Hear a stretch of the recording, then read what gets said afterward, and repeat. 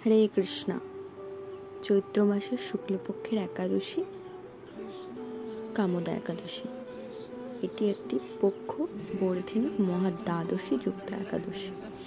তো অবশ্যই পক্ষ বর্ধিনী একাদশী মহাদ্বাদশীর দিনই পালন করতে হবে। যে সকল স্থানে আমরা সেগুলো আগে দেখে নিই যে কোন দিন কোন জায়গায় ব্রত পালন। 19 এপ্রিল ব্রত পালন করছে Delhi, Vrindavan, Mumbai, Pune, Maharashtra, Chennai, Tamil Nadu, Bhubaneswar, Orissa, Chhattisgarh, Bangalore, Karnataka, Hyderabad, Telangana, Gujarat, Punjab, Rajasthan, Kerala, Goa, Madhya Pradesh, Uttar Pradesh, Haryana, Visakhapatnam, Andhra Pradesh, Himachal Pradesh, Uttarakhand, Jammu Kashmir, Sri Lanka, Maldives, Pakistan, Philippines, Taiwan, Japan, দক্ষিণ কোরিয়া, চীন, Mongolia, Hong Kong, Australia, New Zealand, Dubai, আরব আমিরাত, Saudi Arab, Bahrain, Kuwait, Qatar, Oman, Jordan, Lebanon, Cyprus, Russia, London সহ ইউরোপের সকল দেশ, উত্তর আমেরিকা ও দক্ষিণ আমেরিকা মহাদেশের সকল দেশ।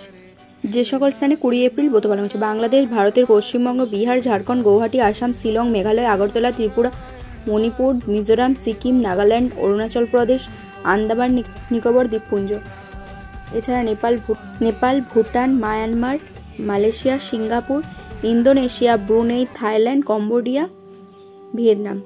তো এ সকল স্থানে ব্রতগুলো পালন করতে হচ্ছে। যে সকল স্থানে সেগুলো 20 এপ্রিল যে সকল স্থানে, আর 19 এপ্রিল যে সকল স্থানে। তো আপনারা সেগুলো আগে দেখে নিলেন। তো আমরা এর দ্বারা জানলাম যে কোন দিন কোন জায়গায় ব্রত পালন করতে হচ্ছে। অবশ্যই যেখানে পক্ষ বর্ধিনী মহাদ্বাদশী পালন করতে হচ্ছে অবশ্যই সেই দিন সেই স্থানে ব্রতটি পালন করবেন। কারণ যেনারা এই পক্ষ বর্ধিনী মহাদ্বাদশী বাদ দিয়ে একাদশীর দিন ব্রত পালন করবেন তেনাদের বহু বছর নরক যন্ত্রণা প্রাপ্তি করতে হবে। তাই অবশ্যই ঠিক দিন ঠিক সময় একাদশী পালন করুন। পক্ষবর্ধিনী মহাদ্বাদশী কী আগে আমরা সেটা জানব। পক্ষবর্ধিনী মহাদ্বাদশী বলতে বোঝায় যদি কখনো অমাবস্যা বা পূর্ণিমা সম্পূর্ণ হয়ে দিন ও রাত্রি পূর্ণ হয়ে পরদিন সূর্যোদয়ের পর কিছুক্ষণ রয়ে যায় পুরো সম্পূর্ণ দিন এবং তার পরের দিন পর্যন্ত যদি রয়ে যায় অমাবস্যা বা পূর্ণিমা, তার পূর্বের দ্বাদশীকে বলা হয় পক্ষবর্ধিনী দ্বাদশী। তাই অবশ্যই মহাদ্বাদশী এই দিন পড়েছে। আমাদের এই চৈত্র মাসের পর বৈশাখ মাসের যে পূর্ণিমাটা পড়বে সেটা পরের দিন 9 মিনিট পর্যন্ত রয়েছে। তো অবশ্যই আপনারা একাদশীটি পালন করবেন মহাদ্বাদশীর দিন। অবশ্যই যে সকল স্থানে পড়েছে মহাদ্বাদশীর দিন একাদশী। হরে কৃষ্ণা, জয় রাধে। তো অবশ্যই ঠিক দিন ঠিক সময় একাদশী পালন করুন, না হলে পাপ ভোগ করতে হবে। হরে কৃষ্ণা। চৈত্র মাসের শুক্লপক্ষের একাদশীর নাম কামদা একাদশী। তো এই ব্রত মাহাত্ম্য বরাহ পুরাণে যা বর্ণিত আছে আমি সেটি আপনাদের সামনে পাঠ করছি, আপনারা মনোযোগ সহকারে শ্রবণ করুন। মাস অনুযায়ী এটা বৈশাখ মাস পড়লেও পক্ষ অনুযায়ী এটি শুক্লপক্ষ। তো চৈত্র মাসের শুক্লপক্ষের একাদশীর নাম কামদা একাদশী। ব্রত মাহাত্ম্য বরাহ পুরাণে বর্ণিত রয়েছে। মহারাজ যুধিষ্ঠির বলেন, হে বাসুদেব, আপনি কৃপা করে আমার কাছে চৈত্র মাসের শুক্লপক্ষের একাদশীর মহিমা কীর্তন করুন। শ্রীকৃষ্ণ বলেন, হে মহারাজ, এই একাদশী ব্রত সম্পর্কে এক বিচিত্র কাহিনী বর্ণিত আছে, সেটি আমি বর্ণনা করছি। আপনি এক মনে তা শ্রবণ করুন। পূর্বে মহর্ষি বশিষ্ঠ মহারাজ দিলীপের কৌতূহল নিবারণের জন্য এই ব্রত কথা কীর্তন করেছিলেন। ঋষি বশিষ্ঠ বললেন, হে মহারাজ, চৈত্র মাসের শুক্লপক্ষের একাদশীর নাম কামদা। এই তিথি পাপনাশক পূর্ণ দায়িনী। পূর্বকালে মনোরম নাগপুরে স্বর্ণ নির্মিত গৃহে বিষধর নাগেরা বাস করত। তাদের রাজা ছিলেন পুণ্ডরিক। গন্ধর্ব, কিন্নর ও অপ্সরাদের দ্বারা তিনি সেবিত হতেন। সেই পুরীর মধ্যে অপ্সরা শ্রেষ্ঠ ললিতা ও ললিত নামে গন্ধর্ব স্বামী স্ত্রী রূপে ঐশ্বর্যপূর্ণ এক গৃহে পরম সুখে দিন যাপন করত। একদিন পুণ্ডরিকের রাস্ত ভাই ললিত একা গান করছিল। এমন সময় ললিতার কথা মনে পড়লে ফলে সঙ্গীতের স্বর, লয়, তাল মানের বিপর্যয় ঘটল। কর্কটক নামে এক নাগ ললিতের মনোভাব বুঝতে পারল। গানের ছন্দভঙ্গের ব্যাপারটি সে পুণ্ডরিক রাজার কাছে জানালো। তা শুনে সর্পরাজ ক্রোধ ভরে কামাতুর ললিতকে, রে দুর্মতি, তুমি রাক্ষস হও বলে অভিশাপ দান করল। সঙ্গে সঙ্গে সেই ললিত ভয়ঙ্কর রাক্ষস মূর্তি ধারণ করল।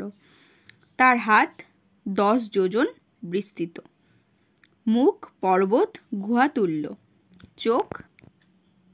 চোখ দুটি প্রজ্বলিত আগুনের মতো, ঊর্ধ্বে 8 যোজন বিস্তৃত প্রকাণ্ড এক শরীর সে লাভ করল। ললিতের এরকম ভয়ঙ্কর রাক্ষস শরীর দেখে ললিতা মহা দুঃখে চিন্তায় ব্যাকুল হলেন। স্বেচ্ছাচারী রাক্ষস ললিত দুর্গম বনে ভ্রমণ করতে লাগল। ললিতা কিন্তু তার সঙ্গ ত্যাগ করল না। ললিত নির্দয়ভাবে মানুষ ভক্ষণ করত। এই পাপের ফলে তার মনে বিন্দুমাত্র শান্তি ছিল না। পতির সেই দুরবস্থা দেখে ব্যথিত চিত্তে রোদন করতে করতে ললিতা গভীর বনে প্রবেশ করল। একদিন ললিতা বিন্ধ্য পর্বতে উপস্থিত হল। সেখানে ঋষ্যশৃঙ্গ মুনির আশ্রম দর্শন করে মুনির কাছে হাজির হলো। তার চরণে প্রণাম করে সেখানে দাঁড়িয়ে রইল। মুনিবর জিজ্ঞাসা করলেন, হে সুন্দরী, তুমি কে? কার কন্যা? কি কারণেই বা এই গভীর বনে এসেছ? তা সত্য করে বলো। তদুত্তরে ললিতা বলল, হে প্রভু, আমি বীরধন্যা গন্ধর্বের কন্যা। আমার নাম ললিতা। আমার পতির পিশাচত্ব দূর হয় এমন কোনো উপায় জানবার জন্য এসেছি এখানে। তখন ঋষি বললেন, চৈত্র মাসের শুক্লপক্ষের কামদা নামে যে একাদশী আছে, তুমি সেই ব্রত যথাবিধি পালন করো। এই ব্রতের পুণ্যফল তোমার স্বামীকে অর্পণ করলে তৎক্ষণাৎ তার সমস্ত পাপ বিনষ্ট হবে। বশিষ্ঠ ঋষি বললেন, হে মহারাজ দিলীপ, মুনির কথা শুনে ললিতা আনন্দ সহকারে কামদা একাদশী ব্রত পালন করল। তারপর ব্রাহ্মণ ও বাসুদেবের সামনে পতির উদ্ধারের জন্য আমি যে কামদা একাদশীর ব্রত পালন করেছি তার সমস্ত ফল আমার পতির উদ্দেশ্যে অর্পণ করলাম। এই পুণ্যের প্রভাবে তার পতির পিশাচত্ব দূর হোক। এই কথা উচ্চারণ মাত্রই ললিত শাপমুক্ত হয়ে দিব্য দেহ প্রাপ্ত হল। পুনরায় গন্ধর্ব দেহ লাভ করে ললিতার সাথে সে মিলিত হল। তারা বিমানে করে গন্ধর্ব লোকে গমন করল। হে মহারাজ দিলীপ, এই ব্রত যত্ন সহকারে সকলেরই পালন করা কর্তব্য। এই ব্রত ব্রহ্মহত্যা, পাপ বিনাশক এবং পিশাচত্ব মোচনকারী। এই ব্রত কথা শ্রদ্ধাপূর্বক পাঠ ও শ্রবণে বাজপেয় যজ্ঞের ফল লাভ হয়। হরে কৃষ্ণা, জয় রাধে, হরি বল। হরে কৃষ্ণা।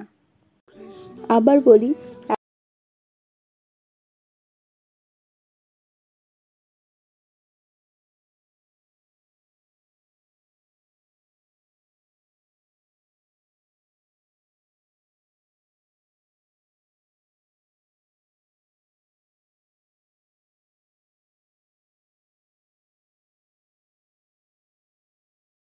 চা, বিড়ি, সিগারেট এসব এবং বর্জন করবেন। হরে কৃষ্ণা, জয় রাধে। তো একাদশীর দিন অধিক পরিমাণে কৃষ্ণ নাম করবেন। কোনো কিছু মন্ত্র না জানলে শুধু হরে কৃষ্ণ মহামন্ত্র জপ করলেও চলবে। তো অবশ্যই একাদশীর দিন যেগুলি বর্জন করতে বলা হচ্ছে অবশ্যই বর্জন করবেন। এবং একাদশীর দিন যারা নির্জলা একাদশী করতে পারবেন তাদের পক্ষে খুবই উত্তম। এবং যেনারা একাদশীর দিন নির্জলা উপবাস করতে পারবেন না, ওনারা কাঠবাদাম, বাদাম, কাজু বাদাম এসব আহার গ্রহণ করতে পারবেন। ফলমূল অবশ্যই খাওয়া যাবে। এবং সাবুর পায়েস, আলু ভাজা, কাঁচা কলার সবজি, দুধ, আলু ভুনা, মিষ্টি আলু বা রাঙা আলুর সবজি অবশ্যই খাওয়া যাবে। তো অবশ্যই এগুলি রন্ধন করে আপনাদের তুলসী পত্র দিয়ে নিবেদন করে অবশ্যই ভগবানের উদ্দেশ্যে দিয়ে নিজেরা প্রসাদ স্বরূপ গ্রহণ করতে পারবেন, অবশ্যই পারবেন। তো অবশ্যই যেই জিনিসগুলো মানা করা হয়েছে সেগুলি করবেন না, কারণ একাদশীর দিন এগুলো করলে কোনো ফল লাভ করা যায় না। এই একাদশী মহাদ্বাদশী, সম্পূর্ণ একাদশী। অবশ্যই মহাদ্বাদশীর দিন একাদশী পালন করবেন, না হলে নরক যন্ত্রণা লাভ করতে হবে বহু বছর। হরে কৃষ্ণ, জয় রাধে, হরি বল। তো একাদশীর দিন অধিক পরিমাণে হরে কৃষ্ণ নাম করুন। হরে কৃষ্ণ কৃষ্ণ কৃষ্ণ হরে হরে, হরে রাম রাম রাম হরে হরে, হরে কৃষ্ণ কৃষ্ণ কৃষ্ণ হরে হরে, হরে রাম রাম হরে হরে। জয় রাধে, হরে কৃষ্ণ। আনন্দের সঙ্গে কৃষ্ণ নাম করুন, কৃষ্ণর গুণগান করুন এবং সকলকে একাদশী করতে উৎসাহিত করুন। কারণ সকলে একাদশী করলে ভগবান আপনার মঙ্গল করবেন। কারণ আপনার কথা শুনে একাদশী করাটা আপনার ভগবান কৃপা লাভ করা একই সমান। ভগবান নিজের গুণগান যারা প্রচার করে তাদেরকে অধিক পরিমাণ ভালোবাসেন, কৃপা দৃষ্টি তাদের উপর সব সময় থাকে। তো অবশ্যই একাদশী পঞ্চ রবিশস্য বর্জন করুন এবং প্রসাদ স্বরূপ ভগবানকে দেখিয়ে আপনারা যেই প্রসাদগুলির কথা বললাম সেগুলি অবশ্যই পেতে পারেন। তো অবশ্যই করুন। আর যেনারা বলেন যে একাদশী শুধুমাত্র বিধবাদের জন্য, এই একাদশী কথা বা মাহাত্ম্য পাঠ করলে আপনারা জানতে পারবেন যে বরাহ পুরাণে স্পষ্টভাবে লেখা আছে এই মাহাত্ম্যটি, যে ললিতা তার স্বামীর উদ্দেশ্যে এই একাদশীর পূর্ণ ফল তাকে উদ্দেশ্য করে প্রেরণ করেছিলেন। তাই জন্যই তার স্বামী ললিত পাপ থেকে মুক্ত হয়েছিল, রাক্ষস কুল থেকে উদ্ধার পেয়েছিলেন। হরে কৃষ্ণ, হরি বল, জয় রাধে, হরে কৃষ্ণ।